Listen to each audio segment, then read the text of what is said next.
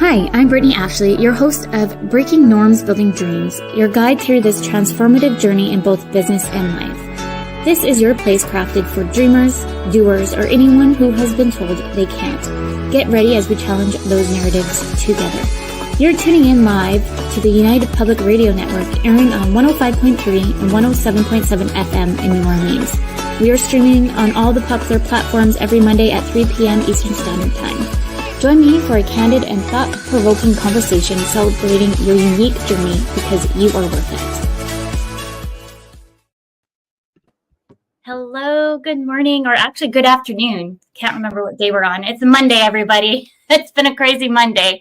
Welcome to Breaking Norms, Building Dreams. I'm your host, Brittney Ashley, and we are broadcasting live on the United Public Radio Network and UFO Paranormal Radio Network on 105.3 and 107.7 FM in New Orleans.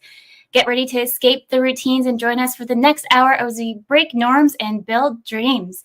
I'm so excited to have Tiana here with me today. Thank you for coming on the show. Thank you for having me and just talking about this topic. I'm as you already know, I'm so excited to be talking about this. I know a lot of parents out there might not be so excited. We'll dig in a bit deeper, but let me do a quick introduction first. Tiana has an educational background in counseling and psychology, as well as hands-on experience recognizing significant service gaps in addressing sexual exploitation and human trafficking. To fill these gaps, she's developed the Exploitation Education Institute with the Sex Exploitation Education C programs being at the forefront of prevention education in this topic. Tiana focuses on tackling the root causes of sexual exploitation, and she places importance on using accessible language. She believes that an effective prevention program must steer clear of a doom and gloom approach, as empowerment is impossible when individuals feel hopeless or overwhelmed. Can I just say, because let's be honest, as a parent, looking into all of these topics are very overwhelming. Both as a seasoned professional with 10 years of experience directly in the field and as a mother, Tiana has devoted her life to fight against child and youth sexual exploitation. I'm so excited for you to be here. Maybe you can dig a little bit deeper of your background. So all the listeners, will I put a quick note to everybody that we are live to come with their questions, because this is going to be a good one. Absolutely. So I actually started in this field 10 years ago, and the bulk of my experience comes in working in prevention on this topic, but I've also worked frontline with victims of human trafficking and youth who were at risk of sexual exploitation. And so what I really wanted to do a few years ago when I started the Exploitation Education Institute is what it's called now.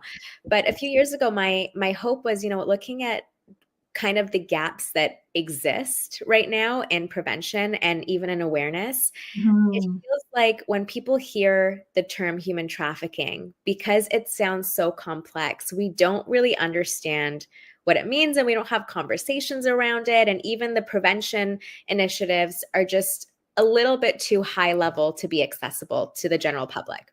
Yes. So my aim was really to utilize my skills in curriculum building and psychology and looking at human behavior to create uplifting, lighthearted materials and education that's accessible to everybody and that really focuses on the root causes of human trafficking. So a lot of what I do, even though my aim is to prevent human trafficking, a lot of what I do is actually addressing things like consent and boundaries, what that looks like in person and digitally for kids, and even, looking at the warning signs of grooming and peer relationships and peer pressure. So yeah, I've educated over 80,000 people. I've spoken at conferences and have been a part of research projects, and just very excited to be on this platform and answer any questions anybody might have. I'm so excited for you to be here. As you already know, we've known each other a little bit off screen, and I just dig in deep in all these different areas, and it is overwhelming for some. I like to say I'm like FBI when I get hyper focused. This is probably where my ADHD like helps me a little bit that I can do all these investigations. But I do know, and I hear it from a lot of moms, mom friends, that they get overwhelmed with all the information out there, and it is a lot. Absolutely. And I think that's like, I feel like back in the day, the way that we had to protect your kids was just so straightforward. It Mhm. was just simply stranger danger. And, making sure that when they're outside of the house, they're going somewhere safely or they're with somebody. And now it's this overwhelming nature of I have to also keep my kids safe when they're at home because they're on a device that connects with 5 billion people. And Mhm. things like trafficking or exploitation doesn't just happen in person anymore. It starts online. Yeah. Yeah, and I completely understand when I do parent presentations, one of the things that parents ask is like, how do I even start the conversation on this topic? Mhm. How would I even talk about it in a way that like connects with my kid, and how much do they know, and I don't want to scare them. And so I think that's very fair and valid, and hopefully we'll answer some of those questions today. Yeah. So maybe we can define, well, we kind of already did a little bit, but maybe you can dig a little bit deeper. Define sexual exploitation and human trafficking. Yeah. So sexual exploitation, it's interesting because depending on where you live, sexual exploitation is a law Mhm. that speaks to a specific type of sexual interaction. Now, putting that aside, it's also Mhm. an umbrella term that we use to define a lot of illegal behaviors. So, with the umbrella term, sexual exploitation is anybody who's a minor, anyone who's under 18, that is engaging in sexual activity in exchange for something else. Mhm. So, if you're engaging in sexual activity in exchange for anything like money or drugs, or even love, popularity, acceptance, self esteem, protection, safety. So, all of that would be considered exploitation because somebody who's a minor cannot consent to sexual activity if there are strings attached and it's not, freely provided, of course, depending on the age. And so what we word it as is somebody who's a minor that has been pressured, coerced, or manipulated Mhm. into engaging in sexual activity because they want to get a need met. Mhm. And that person that's exploiting them is exploiting that need. Awesome. That's so good to like break that down because it's so big of a topic too. So having that kind of definition broken down a little bit more. And then human trafficking. How can we define that one? Because that's another Yeah. big one. So this is where I think we kind of lose the ability to really like educate the public Mhm. because it sounds complicated, but it's not, and I'm going to break it down. So Yeah. human trafficking by law is the recruitment, the transportation, harboring, transferring of a person, or, and this is the key part of human trafficking, or Mhm. the controlling of somebody else's movements and behaviors in Mhm. order to exploit them and profit off of them. So, Mhm. to really summarize, human trafficking by law is most of the time what we see is the manipulation, coercion, or force Mhm. into somebody's behaviors and movements and decision making so that you can profit off of their body. And it's all Mhm. about profiting off of the body. So that can be either through organ trafficking or labor trafficking or sex trafficking. Mhm. And, most of what we see is that coercion. So somebody tricking someone into selling their bodies, and then that person profits. And it's very different from human smuggling. So I did a TikTok, and I had a lot of comments of people being like, well, this is just human smuggling. And I'm like, no, it's not. So human smuggling is transportation. Okay. Trafficking is not. Well, transportation can happen in trafficking. If we're Mhm. talking about just transportation, so like illegally shipping people across a country or across borders, that's smuggling. Okay. Because, yeah, so like the commodity is the transportation piece. But with trafficking, the commodity is a person. So Okay. it's not about being moved so much as you've been somehow, tricked or forced or manipulated Yeah. into selling your body. So you can be trafficked in your own home, or at your school, or, you know, in your community, without having to move from city to city. That's crazy. I'm like, we're only like a few minutes in, and I'm like learning so much. And my brain is like spinning because I have so many more questions now on top of the list of questions. Yeah, it's so complicated, but at the same time so simple. Like, you just think about someone who tricks somebody else and then makes money off of their body, is essentially what it is. Yeah. And the sad thing is it's happening a lot closer than sometimes we even think, or that we want to think. And I know we as parents, because you have a little one too, all we want to do is protect. And so once you start like thinking about these kind of different areas, all of a sudden you just kind of want to shut down because you're like, it's just too much. I don't know how to handle it. And I know in our family, it would be like, let's just not talk about it. Yeah. But I'm hoping in my new role as a parent, for two little ones, is let's talk about it. And that's a big thing for the show, is like helping me bring up my own out of comfort zone of things that I don't like to necessarily talk about, and let's talk about it. It's like, I find this show for me anyways is my like inner self-healing journey. I love that. I love that. And I think that authenticity is something that, like, everybody's, you know, we're all looking for how to navigate the world. And especially, yeah, if you're a parent or an adult, and these topics, they sound heavy, but that's where I think it's so important to just focus on those root issues. Like, I know with my child, I'm not, first of all, she's 3, so I'm not going to define human trafficking to her. Yeah. But that being said, I don't need to really go into detail about trafficking. I just need to make sure that she understands consent and boundaries, and what it looks like for that to be taken advantage of, or for her to be pressured, or for someone to be unhealthy in person or online, and what it looks like for her to respect her body and not to, you know, be pressured into commodifying it. And so I think those are easier conversations to have with kids. And even the idea of, like, you know, traffickers or predators or those kind of things, it just comes down to having the conversations of what is healthy versus unhealthy behavior. And then what do you do if you're in that situation? Yeah. I like that you brought that up, because I remember just even like growing up, you'd be like stranger danger. Yeah. And then I remember watching like a TikTok being like, don't teach your kids that, because not all strangers are bad. So if they actually need help and you teach them that they're bad, they're not going to necessarily know where to go. Totally, totally. And also, not all people that you know are healthy and safe either.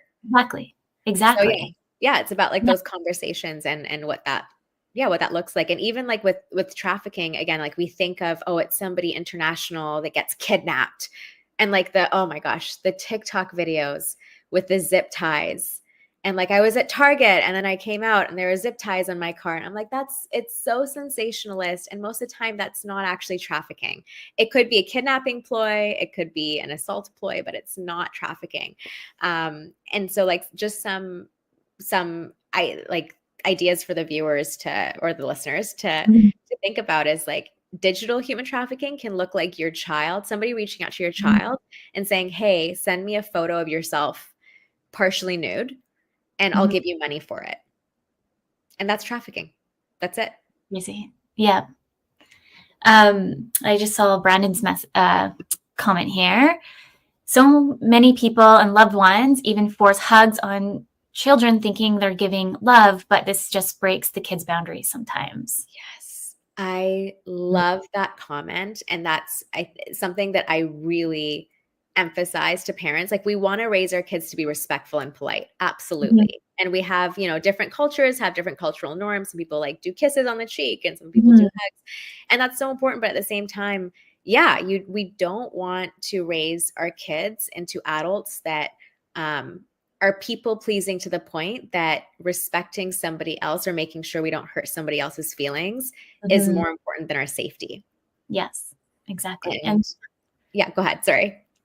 And to Brandon's comment too, like, you really want like your kid to be like, speak up for things and give hugs if that person. But then the thing is, like, thinking about it too, about boundaries and another senses of it. It's like, oh yeah, maybe I should be talking more about boundaries and what that looks like than just being like, give them a hug, and starting to open your mind a little bit differently on those. And if they say no, then acknowledge that and appreciate that. Because I know like with parents, they're just like, oh, I just want to hug, I just want to kiss.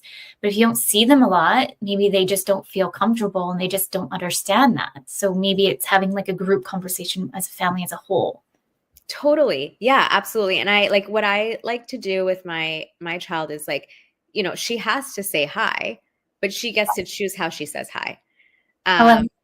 Right? So like if it's a smile, then it's a smile. If it's eye contact, it's eye contact. If it's a hug or a high five, right? And there's no if she doesn't give somebody a hug, I try really hard. I know it comes for me, it comes out automatically, but I try really hard and consciously not to be like, oh, sorry, so sorry, or like, sorry, she's shy, or sorry, she's not, you know, giving a hug right now. And just more so being like, oh, that's great. Like yes, she wants to give a high five to you, and just kind of encouraging her ability to be in tune with how her body feels and what feels safe for her. And then kind of like facilitating that the other person, like the adult, doesn't feel offended.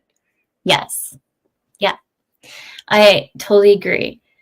Let's talk about the prevention project before we go further, because I know we have other things that I really want to dig into, but this is also like, I'm so passionate about this project. So tell us more. Tell everybody listening.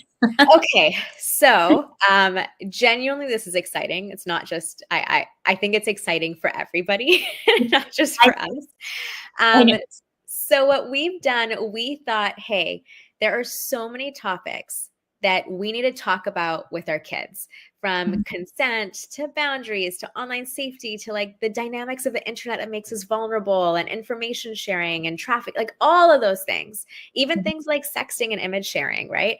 So we went, okay, we want to give everybody the tools to have these conversations and do it in a fun, lighthearted way. So we created this thing called the Prevention Project, and it's a website that's essentially a hub of like 100+ animated, fun pieces of information.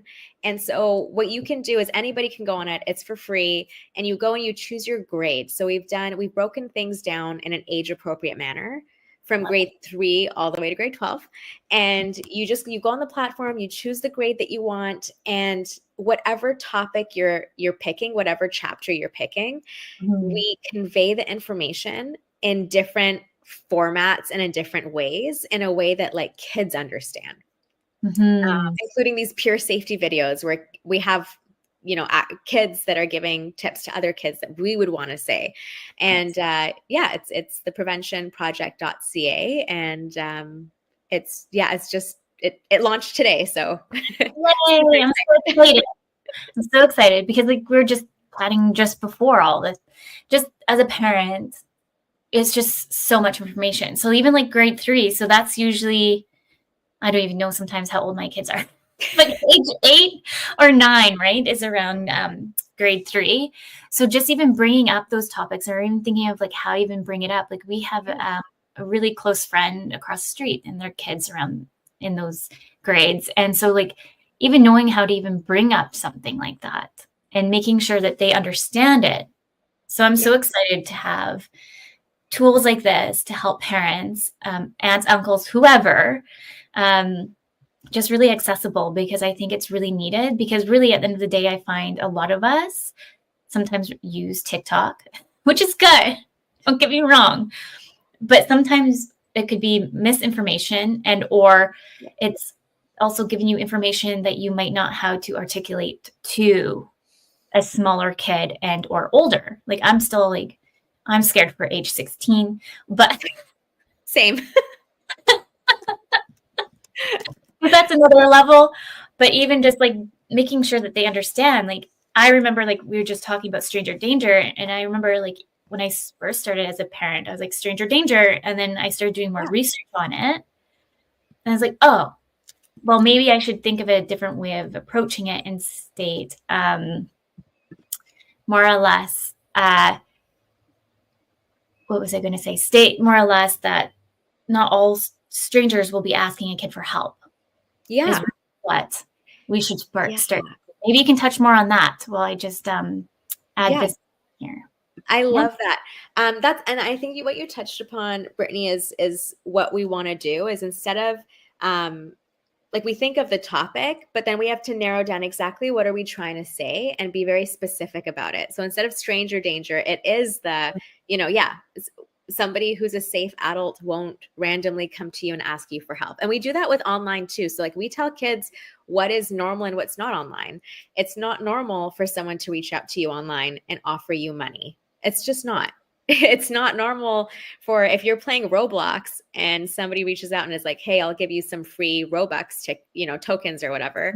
That's also not normal. So it's having those conversations of what's normal and what's not. Because if we don't name it for our kids, they won't know, right? It'll be normalized. They'll just accept it as what it is because they're pure-hearted, innocent souls. And then they project that onto other people. Exactly. Maybe we should go into Roadblocks. So all the listeners, we were just talking all about this that I saw, like I do love TikTok because I find like I go into that crazy hole. But the thing is, I have you as the expert to kind of educate us more on it. But I never realized because we have secure apps that we think are secured for the kiddos to play on their tablets and whatnot. But after watching that TikTok video, I'm like, oh, maybe it's not as secure as I thought.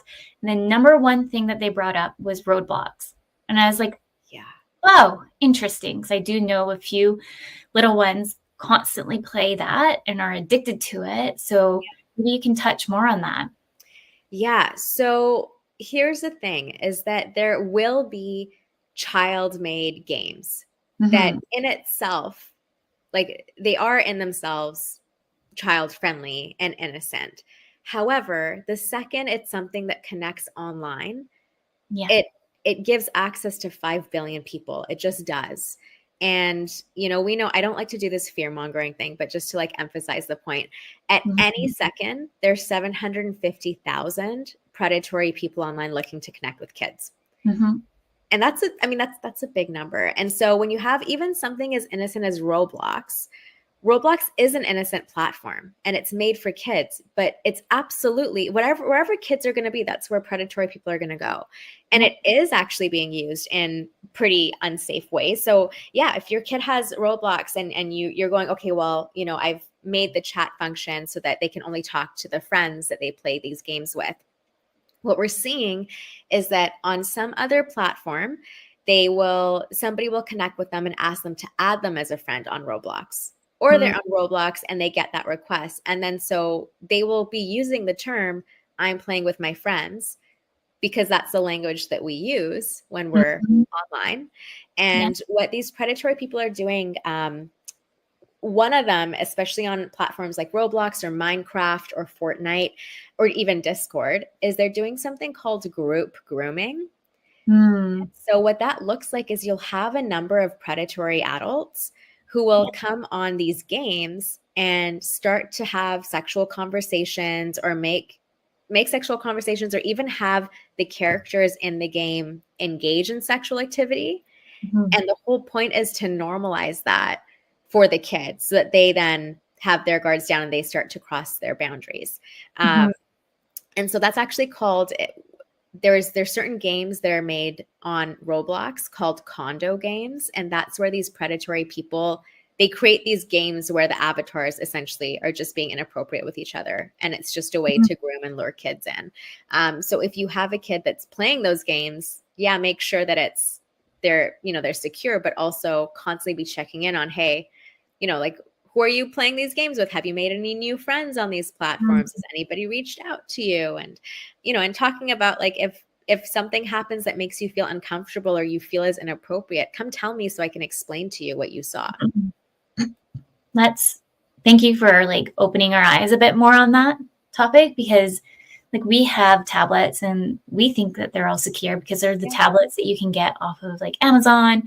And they're for kids, not just like the tablets you have as a parent and all these things. So now I'm like, now I need to like investigate further or understand what the games are actually all about, maybe at a different level than just approving on like the phone of, oh, so-and-so wants to play this game. Let's let them go play it and maybe ask more questions myself as a parent.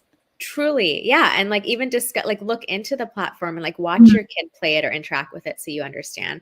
Yeah. And like, okay, so I'm obviously, this is my field of work. So you'd think that everything I would do would be flawless, and it's not, right? Because parenting is not perfect. It's just not. We got a tablet for my daughter, like at the Amazon, like kids tablet, Yeah, right? So we have it. super child friendly or whatever. So we got that for our daughter, and it's just for when we go traveling, when we're on a plane ride or a long road trip. Like that's when we give it to her.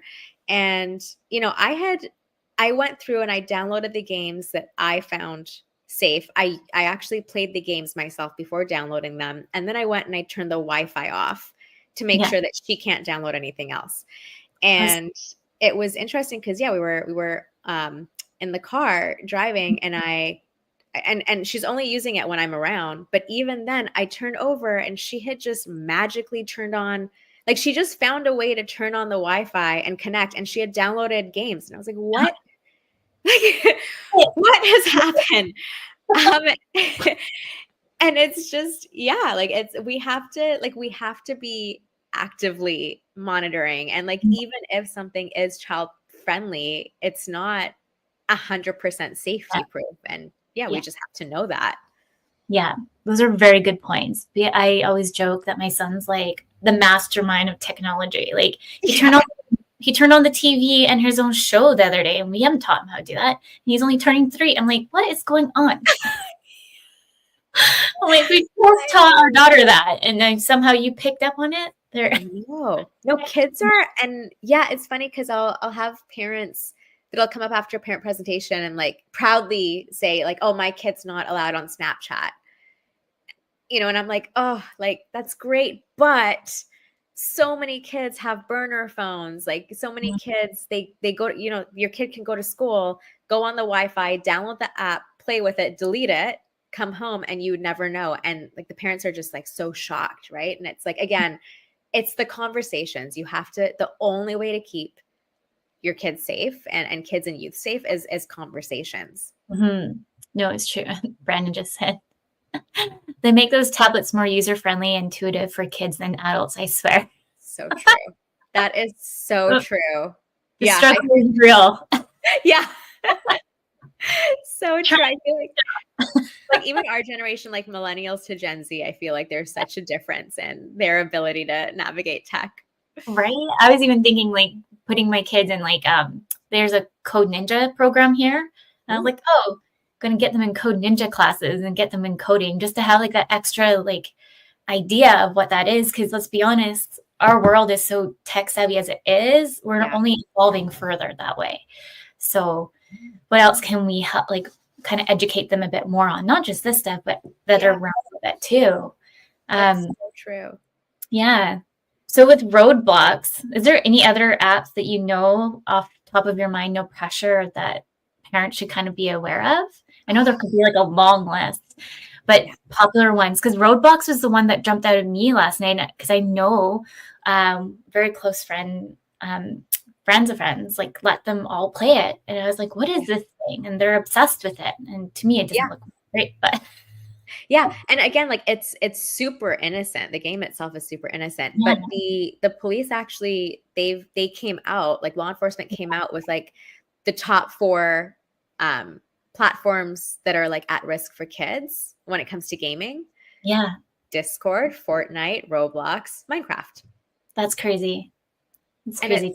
It's just like, well, there's more kids there, so there's going to be more predatory people. Same thing with like Instagram, TikTok, Snapchat, wherever people are, that's where people are going to come to.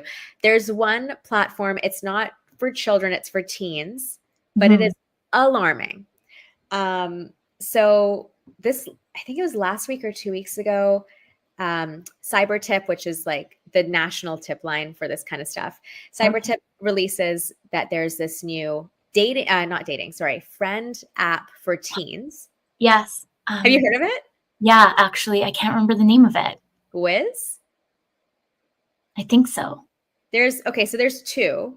Okay. So they came out, all that's been shared right now in the media is, I think it's called Wiz. is about this app called Wiz. And like you go Mhm. on, you as a teen, you go on and then you like swipe on whatever teens are out there, and then you get connected and you talk, Yeah. right? So I went to use it. And I have to say, like, it's not as risky as this other one that's come out. So Oh, this no. Wiz app, yeah. So this Wiz app uses AI face recognition.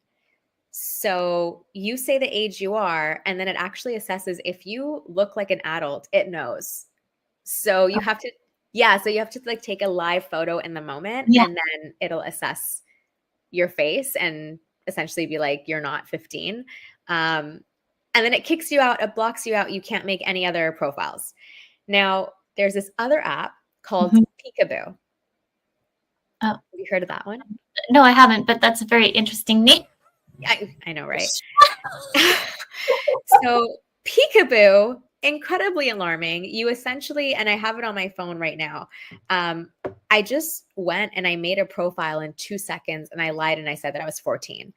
There Mhm. was Oh, no. nothing. Yeah, there was like there was nothing on their end to make sure that that's actually how old I am.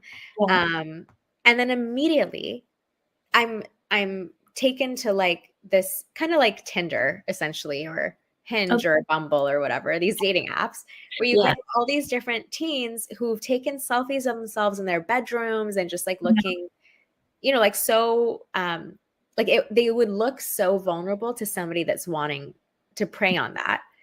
And Yeah. by the way, I will give a disclaimer that I did not reply to any of these messages. I'm not interacting with any kids. I just made a profile to see what would happen. Yeah. And just in doing so, I'm getting like these are messages from random teens who are reaching out to me. And I'm like, you don't even know who I am. That's crazy. Um, yeah. So I think like there are platforms like that. So yeah, Wiz, Peekaboo, the gaming platforms, and then Instagram and Snapchat are still like high up there for exploitation.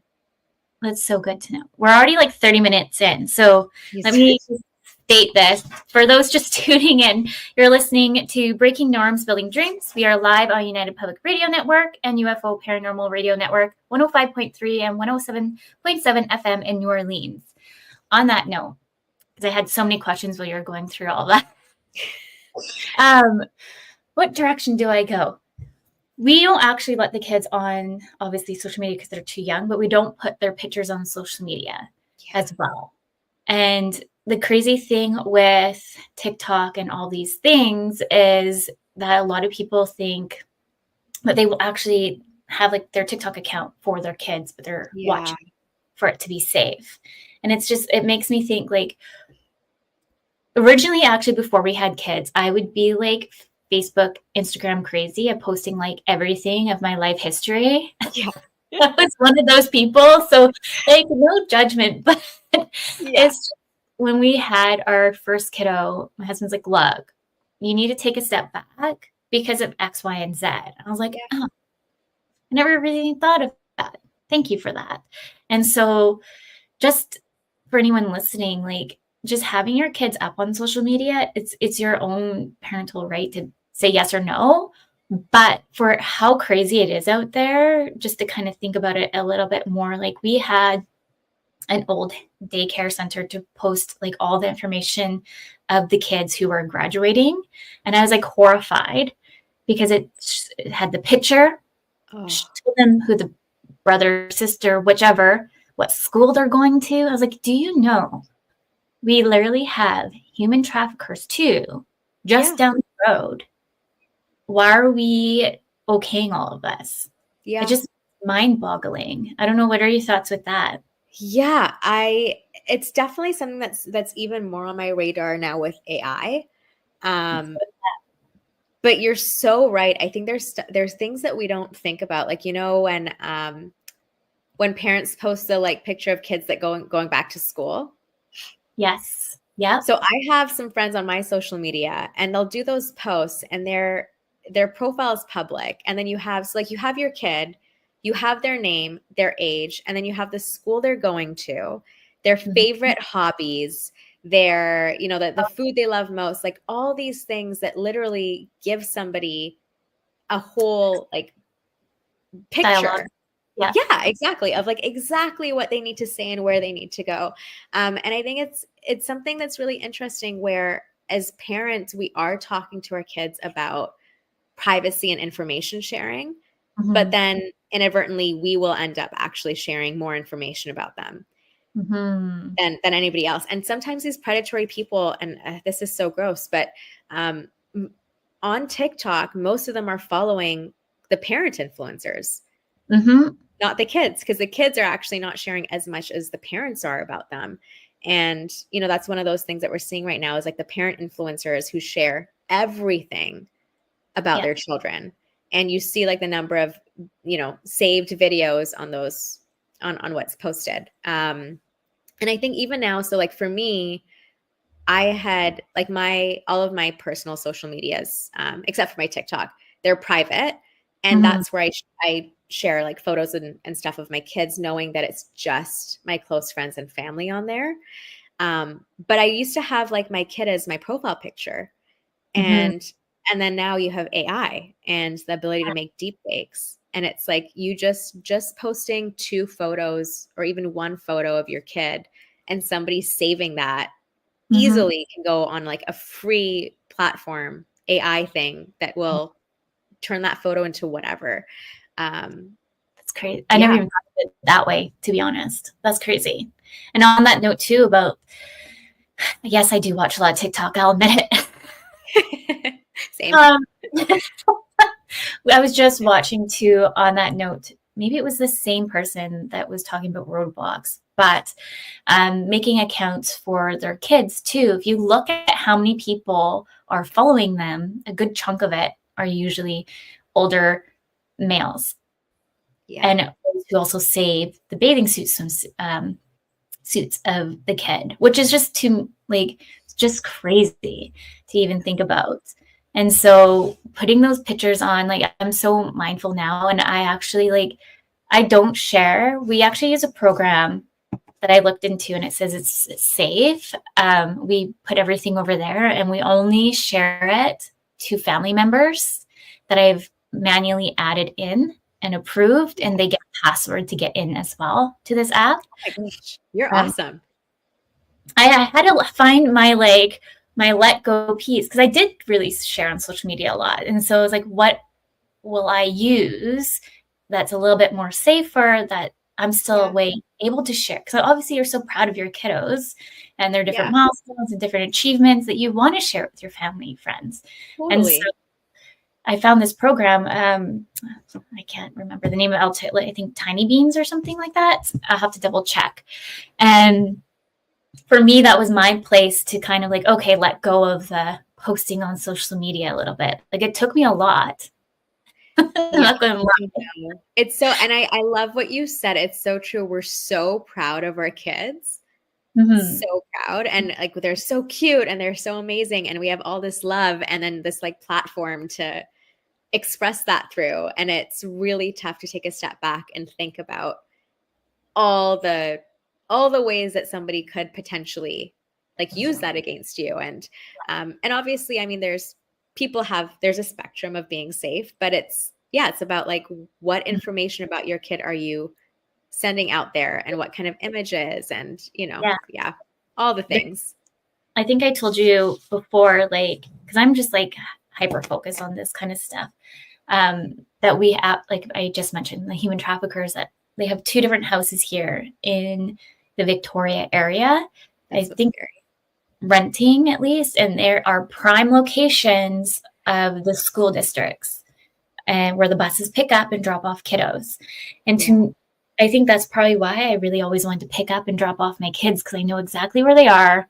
Yeah. I don't want to be that crazy mom, but No, but it's so true. And it's, like something that I appreciate with you is like how aware you are Mhm. of these things. I feel like probably their neighbors are probably not aware, like you're very proactive in finding those things. But yeah, like that's the thing is, and like we say this to kids, if you have somebody who Mhm. is a trafficker or a predatory person and they live close to your school, they could show up Yeah. and wait for you, or they could be in the area, set their location settings on their Snapchat or Instagram or whatever, see all of the people that have their location on that platform at your school, look into and then really start to like map out your schedule and following you, and then appear and know exactly what to say to connect with you. And that's what we see with the traffickers too.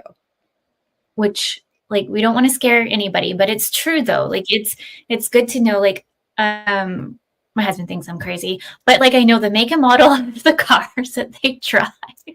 You're awesome. No, that's awesome.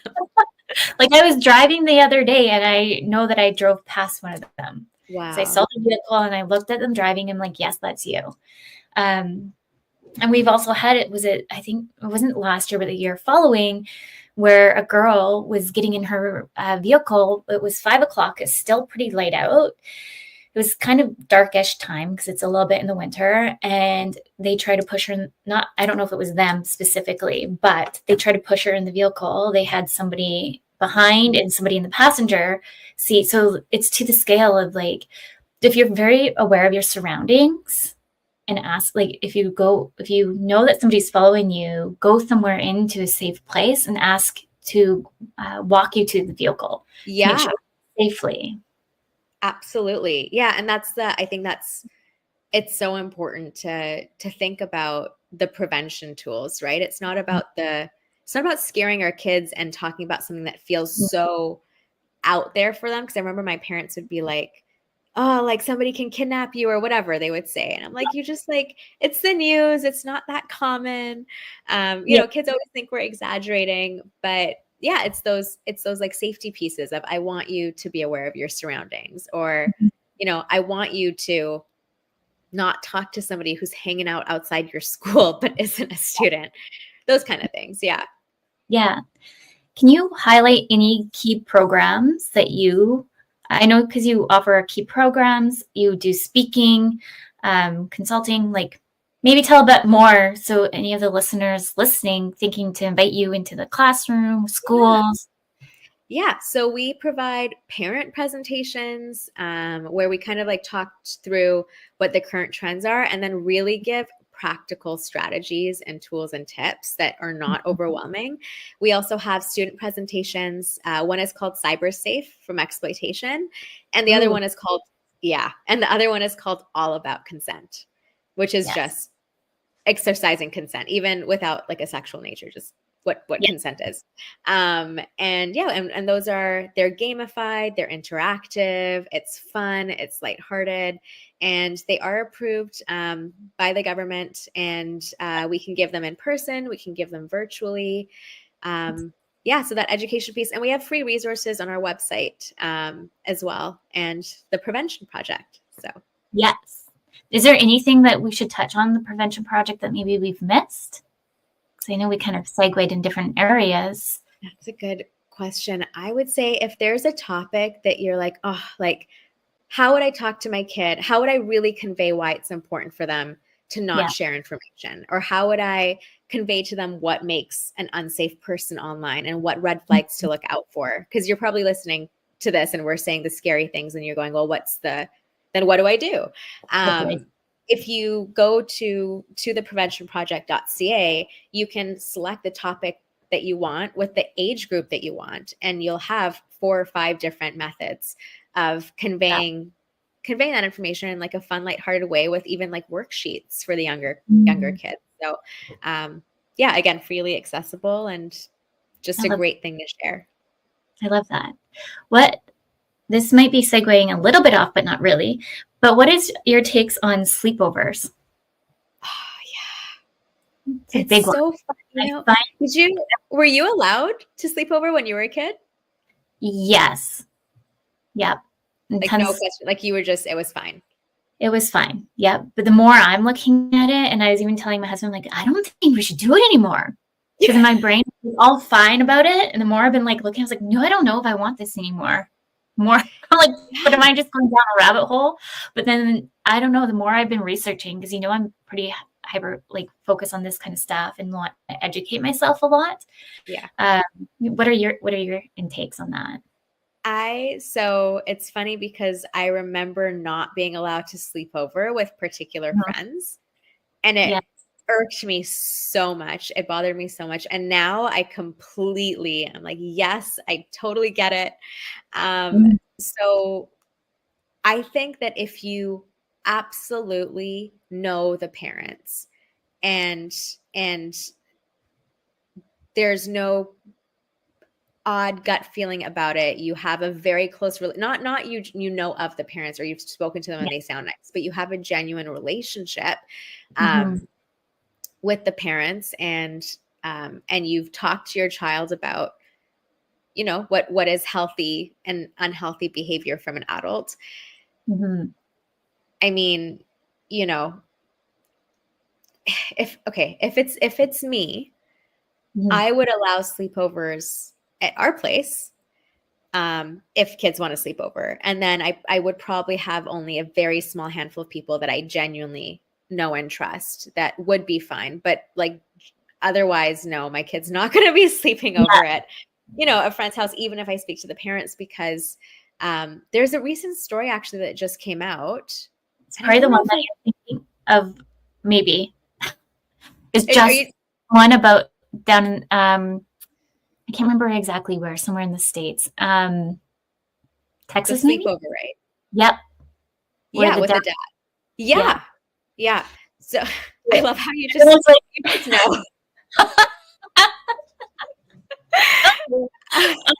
everyone's like, what are they talking about? So there is a recent story that got published, of a dad pretty much, I guess, drugging some of the kids that were sleeping over there. And luckily enough, they did outreach to their family that they did not feel safe. They went to go pick up the kids, and the dad said no, um, like a pushback, and the parents were like, "These are my kids. I want them out." So it's like a huge thing.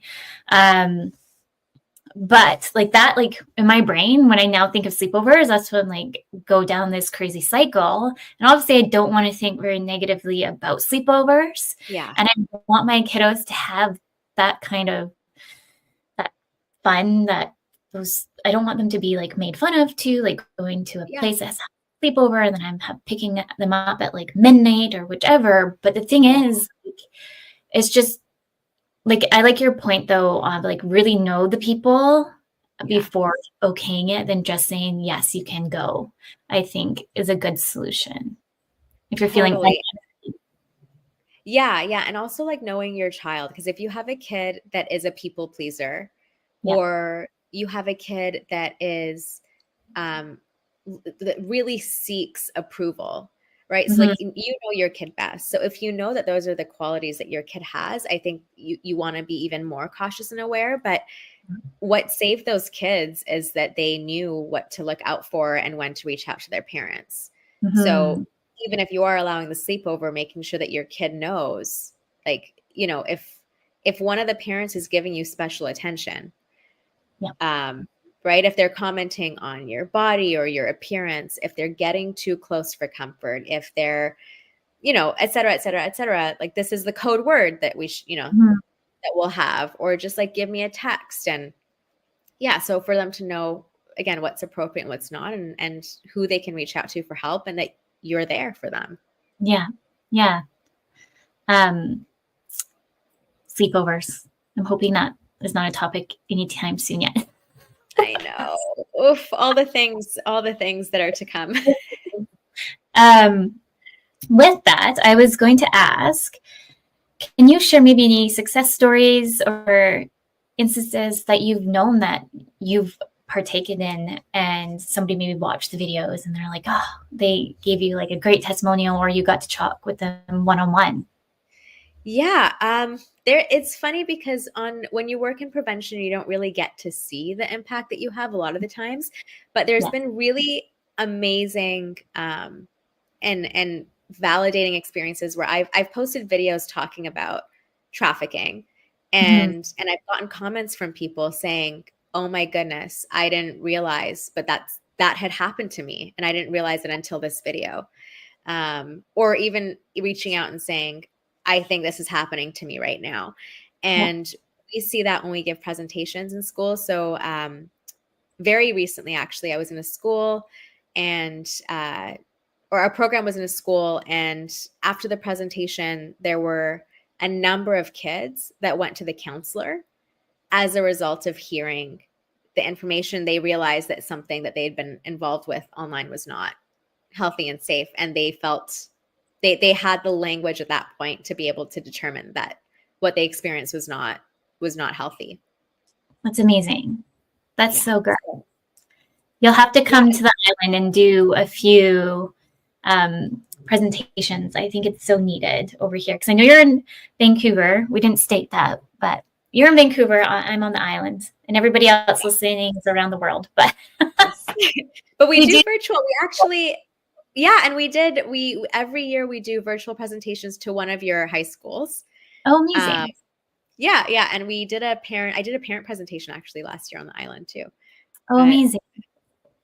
Yeah, but that's the thing, right? It's like, it's just have conversations with your kids and be a safe person. And that looks like not having judgment, not shaming, and, you know, and not shutting our kids down, and really understanding what it is for our kids to feel safe sharing something that makes them uncomfortable.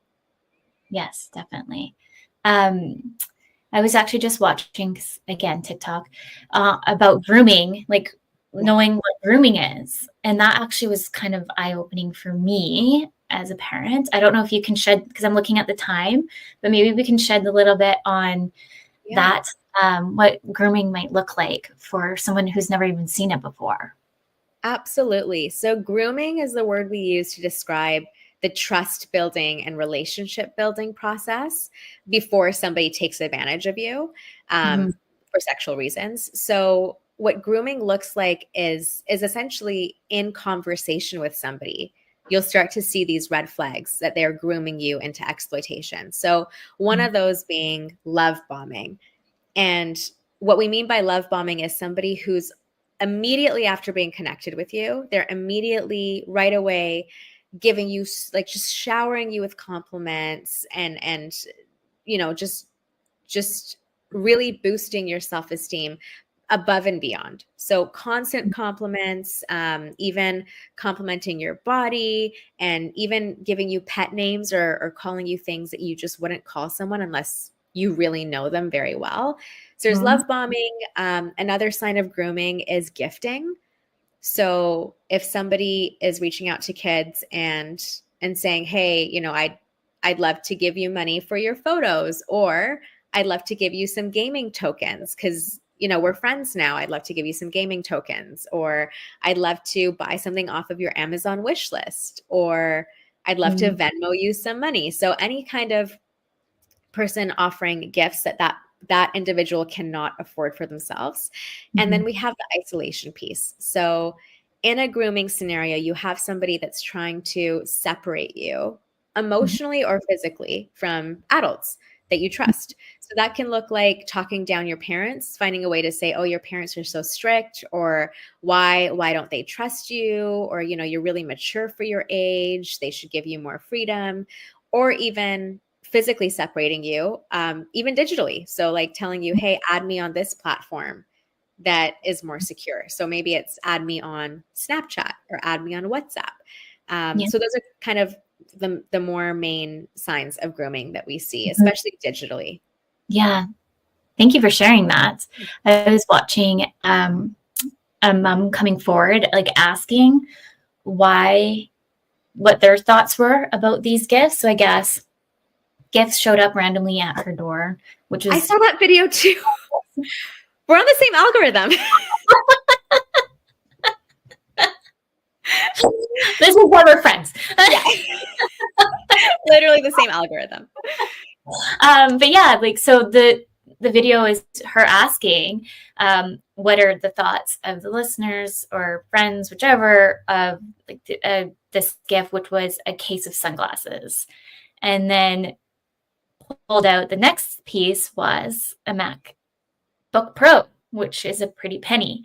And so that was like an interesting, I was like, oh, noted.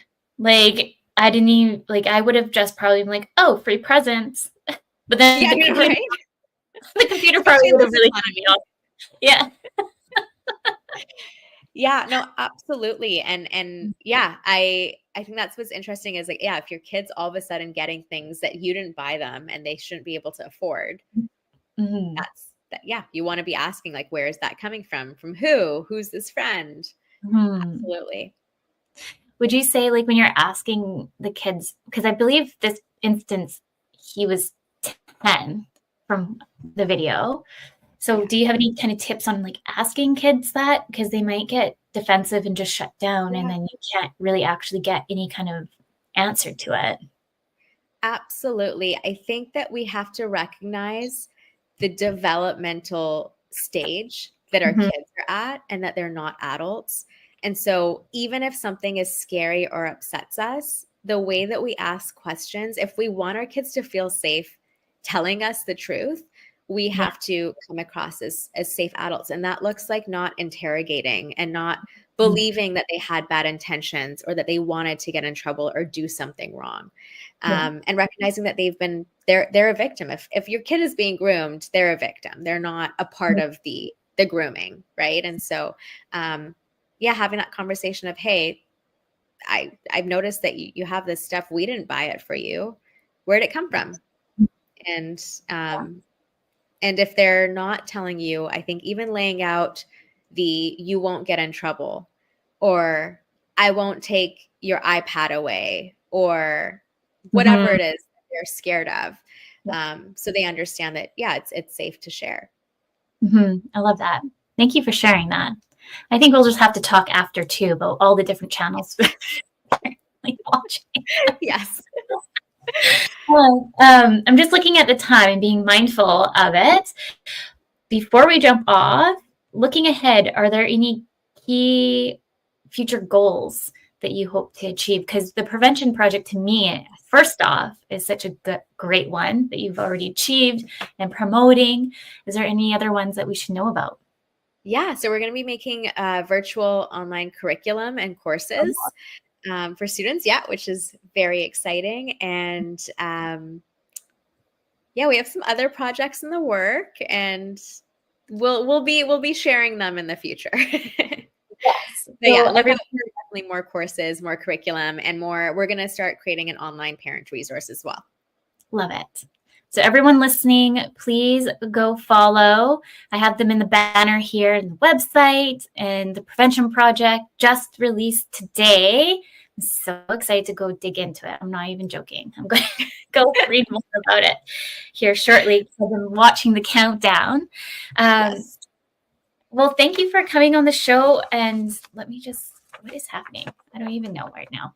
Everything's moving all of a sudden. I thought Oh, some comments were coming in, but no comments. Okay. Well, thank you everyone for tuning in to the show and the United Public Radio Network and UFO Paranormal Radio Network.